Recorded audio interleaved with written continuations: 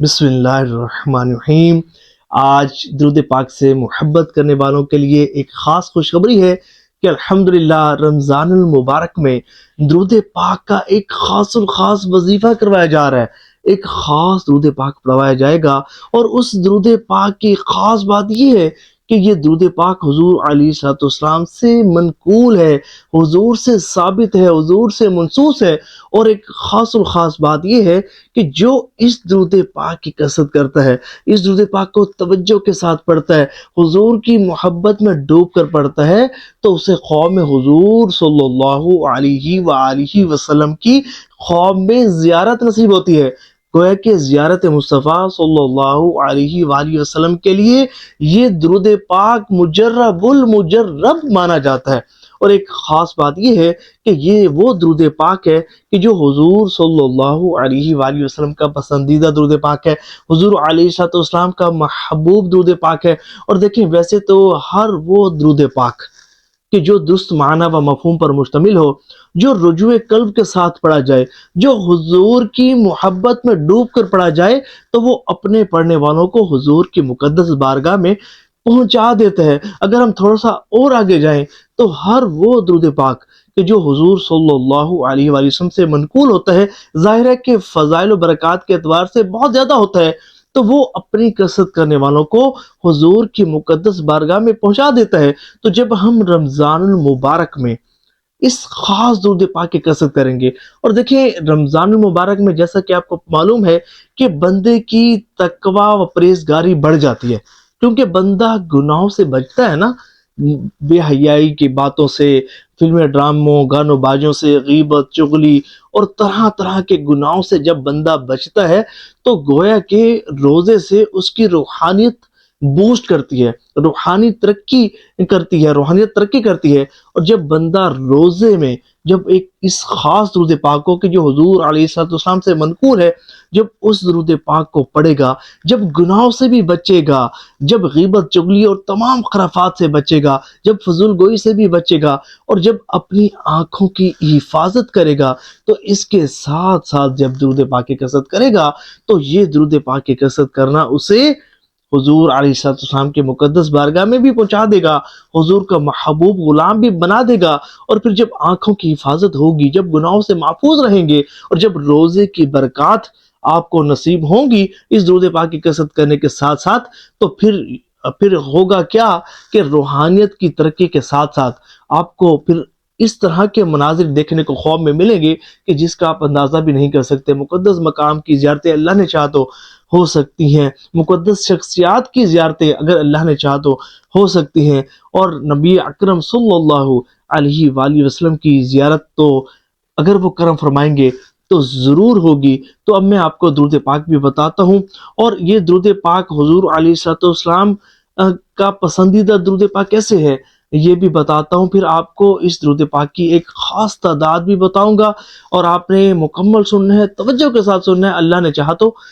بہت زیادہ فائدہ ہوگا، اور آپ کی بڑی مہربانی ثواب کی نیت کے ساتھ اس کو شیئر ضرور کیجیے گا اس ویڈیو کو۔ میں یہ چاہتا ہوں کہ کوئی بھی اس درود پاک کی برکات سے محروم نہ رہے۔ دیکھیں، ایک مرتبہ نا سرکار علیہ الصلوۃ والسلام رونق افروز تھے، حضور علیہ الصلوۃ والسلام کے ساتھ دیگر صحابہ کرام علیہم رضوان بھی موجود تھے۔ تو ایک شخص حضور علیہ الصلوۃ والسلام کی مقدس بارگاہ میں حاضر ہوا،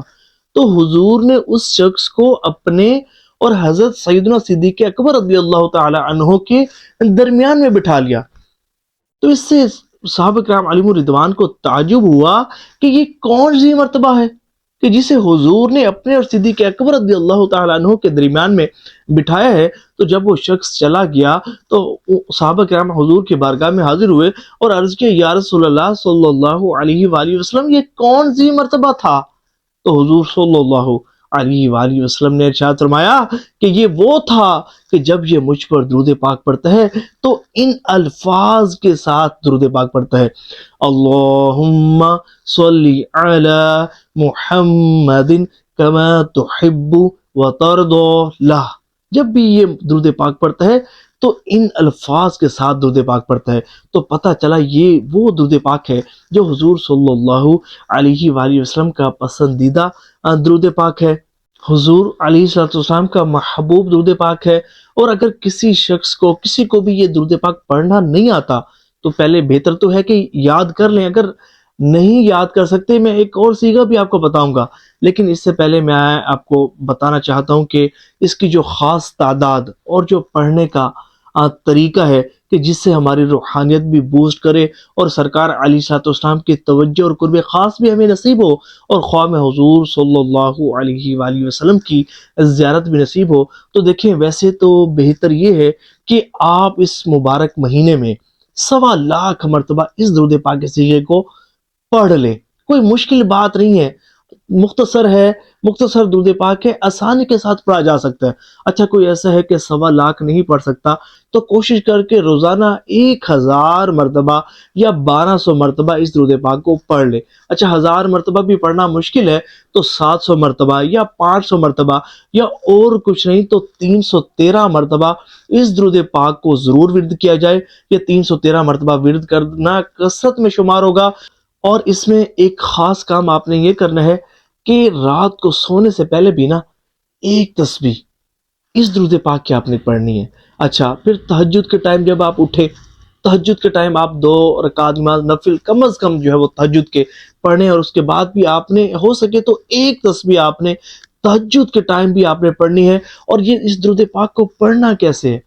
پڑھنا اس طرح ہے کہ جب بھی آپ درود پاک پڑھیں گے نا تو اس تصور کے ساتھ درود پاک پڑھیں گے کہ گویا کہ آپ مواجہ شریف کے سامنے حاضر ہیں، اور آپ کا پڑھا گیا درود پاک حضور صلی اللہ علیہ وآلہ وسلم سن بھی رہے ہیں اور آپ کو دیکھ بھی رہے ہیں،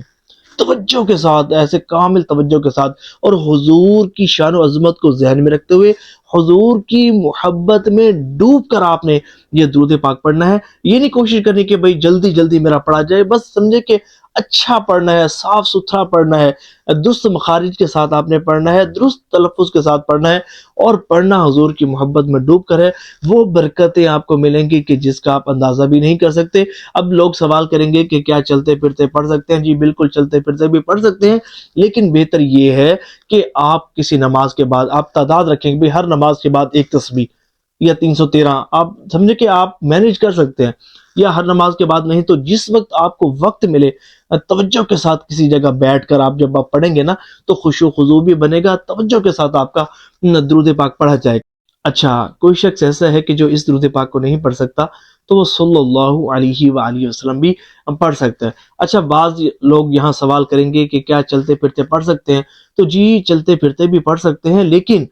درود پاک چلتے پھرتے پڑھتے ہوئے کم از کم یہ بات تو آپ کے ذہن میں ہونی چاہیے کہ میں حضور پر درود پاک پڑھ رہا ہوں، اور چلتے پھرتے بھی درود پاک پڑھتے ہوئے ادب و آداب کا آپ نے خیال رکھنا ہے۔ جہاں نجاست ہو، گندگی ہو، بدبو ہو، وہاں درود پاک نہیں پڑھنا، لیکن بہتر یہ ہے کہ آپ نے کوشش یہ کرنی ہے کہ ہر نماز کے بعد اگر ہو سکے تو ایک تسبیح پڑھ لیا کریں۔ سمجھے کہ ایک تسبیح پڑھیں یا 313 جتنی اللہ آپ کو توفیق دے پڑھیں، یا پھر دن میں یا رات میں کوئی وقت ایسا ضرور نکالیں کہ جس وقت آپ ہوں اور نبی پاک علیہ الصلوۃ والسلام کا تصور ہو، اور حضور کی محبت میں ڈوب کر کامل توجہ کے ساتھ دل و دماغ کو جھکا کر آپ درود پاک پڑھیں تو اس کی وہ برکتیں آپ کو ملیں گی کہ جس کا آپ اندازہ بھی نہیں کر سکتے۔ خواتین حیض کی حالت میں بھی اس درود پاک کو پڑھ سکتی ہیں۔ کوشش یہ کیجیے گا کہ اللہ اگر توفیق دے تو 1.25 مرتبہ آپ نے اس درود پاک کو رمضان شریف میں پڑھ لینا ہے، اور سمجھیں کہ گویا کہ آپ اس کے عامل بن جائیں گے، اور پھر آپ کو جب یہ عمل کر لیں گے اس کے بعد میں آپ کو اس کی ایک خاص تعداد بھی بتاؤں گا